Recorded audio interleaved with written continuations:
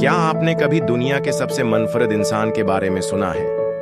इसका नाम है इशरीता फरमन, एक आम सा शख्स जिसका ताल्लुक एन आमरी कहलाउन से है, लेकिन उसकी कहानी गैर मामूली है। बचपन में वो न कोई एथलीट था, न कोई चैंपियन, बल्कि अक्सर खेलों में हार जाता था, लेकिन दिल में एक आग थी, खुद को साबित करने की, दुनिया को हैरान करने की। और फिर इशरीता ने वो कर दिखाया जो कोई सोच भी नहीं सकता था।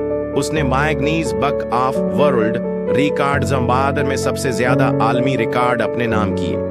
हाँ, आपने ठीक सुना, 1000 से ज्यादा आलमी रिकॉर्ड्स। कुछ मशहूर कारनामे सुने। तलवारों पर चलने का आलमी रिकॉर्ड, सबसे ज्यादा होला होपस एक वक्त में घमाना, पानी के अंदर जापानी स्टाइल में सबसे ज्यादा देर खड़े रहना, सबसे ज्यादा नेले बेलवंस 1 मिनट में फुलाना और एक पहिए वाली साइकिल पर तवील तरीन सफर।